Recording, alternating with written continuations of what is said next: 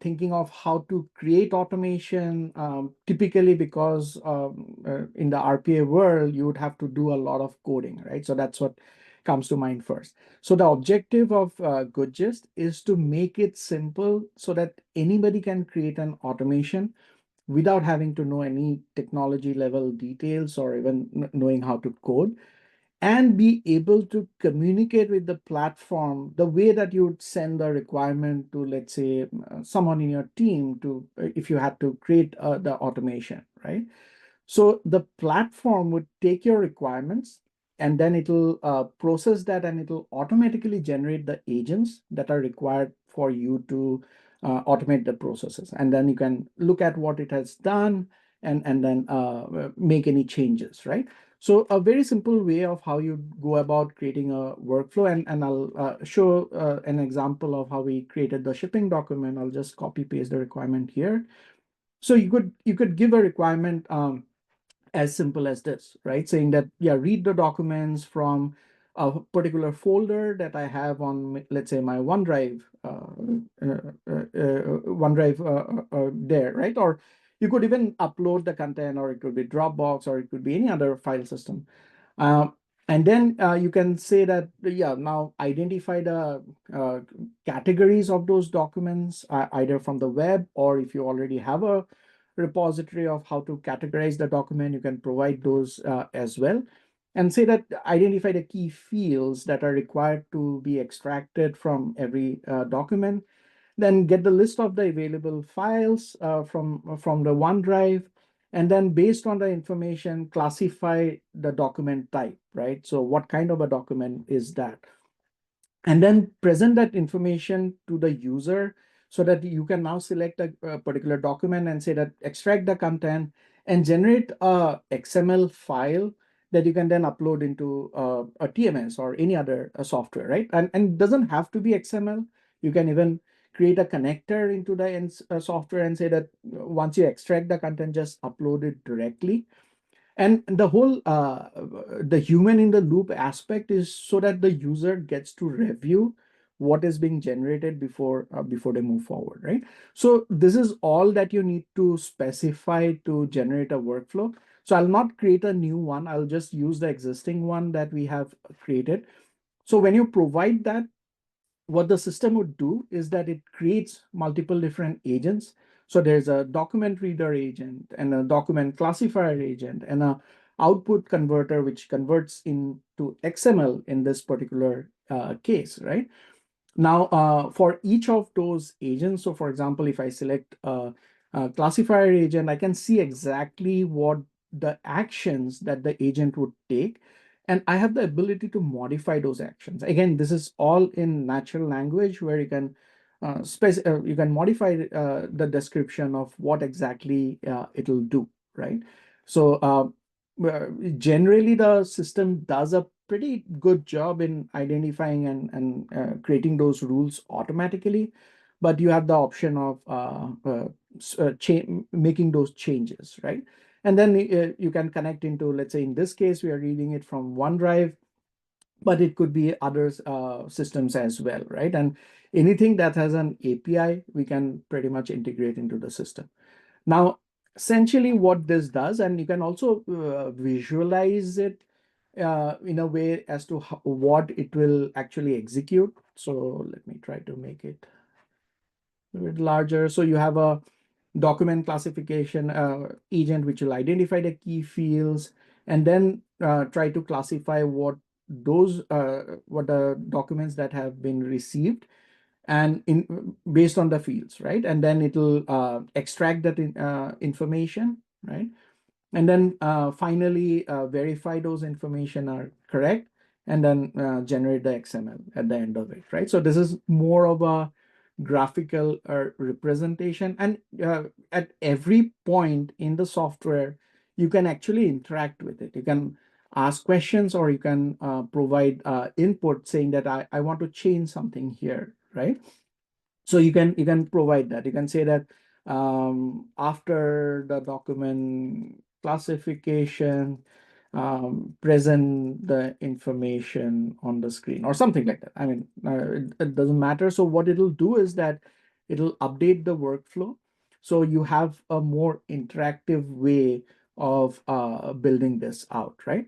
And then once you have that ready, now there are different ways that it can be run. So either you can run it manually where it'll look for new files in your OneDrive. Now that's just an example. It doesn't have to be that the files doesn't need to be on a OneDrive. It could be that you integrate with your email provider so that it looks for certain types of email with attachment and say that whenever I receive an email with an attachment which says order or something, some rule, right? Then trigger this workflow, then extract the document from my email and start processing, right? So it could be as simple as that. So you can have like event-based triggers for that, and or you could even just schedule. You can say that just run this like every day at a given point in at a given time, right? So all of those is possible. Now I'll show an example of a run. So in this case, what it did was we provided different kind of documents. So I think there are like 9 documents that we have provided. It identified 5 categories of those documents. So these are the categories that it identified based on that. And we also specifically asked for how many of those are the invoices, right? So it also generated a view from there. Now you, again, like I said, that at any point in the software, you have the ability to interact and provide instructions. So here also, if you want to change that visualization to from a pie chart to a bar chart, or have any other information that you want to see, you can provide that information here and update it. It'll dynamically update the view, right? So here, what it first did was that for each of the document types, it identified what are the category fields that should be present and what is the characteristics of the document, right? So it learned of that because we haven't provided any context, right? We said that just learn it, do a research and find out what each of those documents are supposed to be, right? So it has identified all of those information. And then we gave the different files and said that now extract the relevant information based on the file type, right? So for example, here it has classified it as an arrival notice, and then it identified that these are the fields in the document, right? So these are again PDF files. These are like images or scanned images of the documents. So from the unstructured like PDF file, it extracted the structure by first determining what the document is, right? So for different types of documents, it did and extracted different information from there, right? And then finally, with the human in the loop, we selected one of the document that we wanted to generate the XML for, right? So now, while this is like a end UI, so the other thing about the system is this entire UI is being dynamically created by the AI itself, right? So we have not asked it to, or you don't have to code out the UI for this. The system decides what is the most optimal UI to present that information. But you could go down and check at each step what did the agent do, right? So when it read the files, what kind of files did it read, and what kind of research did it do to identify the source of information? And for everywhere you can see, like Manjot showed earlier, is that you have the ability to see the references. What did it use to determine this, right? So that information is there. And you can also provide feedback at this step if you felt that the agent did something incorrect, right? Or you want to improve that agent. And then for each of those, it extracted the information. And then for the final, so we selected this file, and then for the selected file, it generated the XML based on the template of XML that was provided. So this, it filled that XML template with the information, right? Now, if this is, let's say, a CargoWise XML template, which means that it'll process the document, verify, extract all of those information, and generate the XML that you can directly upload into CargoWise. Or you could even take it one step further and say that yeah, after this next step, just connect to my CargoWise account and upload it there, right? So it could do that as well. So yeah, so this is one of the use cases on the document processing. Similarly, we have the warehouse and shipment optimization use case. So this is more in terms of, here is my warehouse space that is available, right? These are the items that I'm trying to fit into that, right? And every item, certain items needs to be temperature controlled or otherwise. There are rules of what can be stacked on top of each other, and all of those. There are dimension rules. Now, based on that, identify the correct way of storing it in my warehouse, or also to the extent of loading it in the trailer for shipment, right? So that is essentially the problem space that we have given. And like I said, right, so we have given the requirement purely in English, where we explain exactly what it needs to do. Now, based on that, it created the multiple different agents for that, right? So it has the warehouse optimization, pallet stacking, shipment planning agents. So now if I go in and see the view, so here I see the final results of what it did. So these are the orders that needs to be shipped. These are the slotting that it has done. The system has recommended based on that.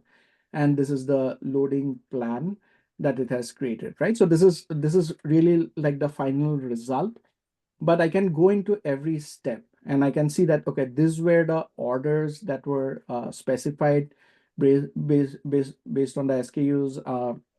I can see what the SKUs are, what is the dimension, whether something needs to be temperature control, what is the optimal temperature range, and then based on that, what is the recommendation that the system came up with, right? So you can go into the details of it. You can look at what is the pallet stacking that it came up with based on the same criteria that we have provided. And then finally, the shipment planning, right? So here again, there is a human in the loop that it asks for specific information, and then based on that, it generates that, right? So you have the ability to go into the detail level and see exactly what the agent did, so that it's not like a black box, right? So you have a full audit trail of how it calculated. So it will show you all the calculations that it has done to arrive at that. And then, of course, if you're just interested in the final result, you can look at the final result as such, right? Yeah.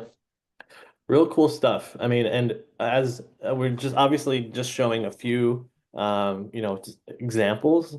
There's probably endless use cases within every part of the supply chain. So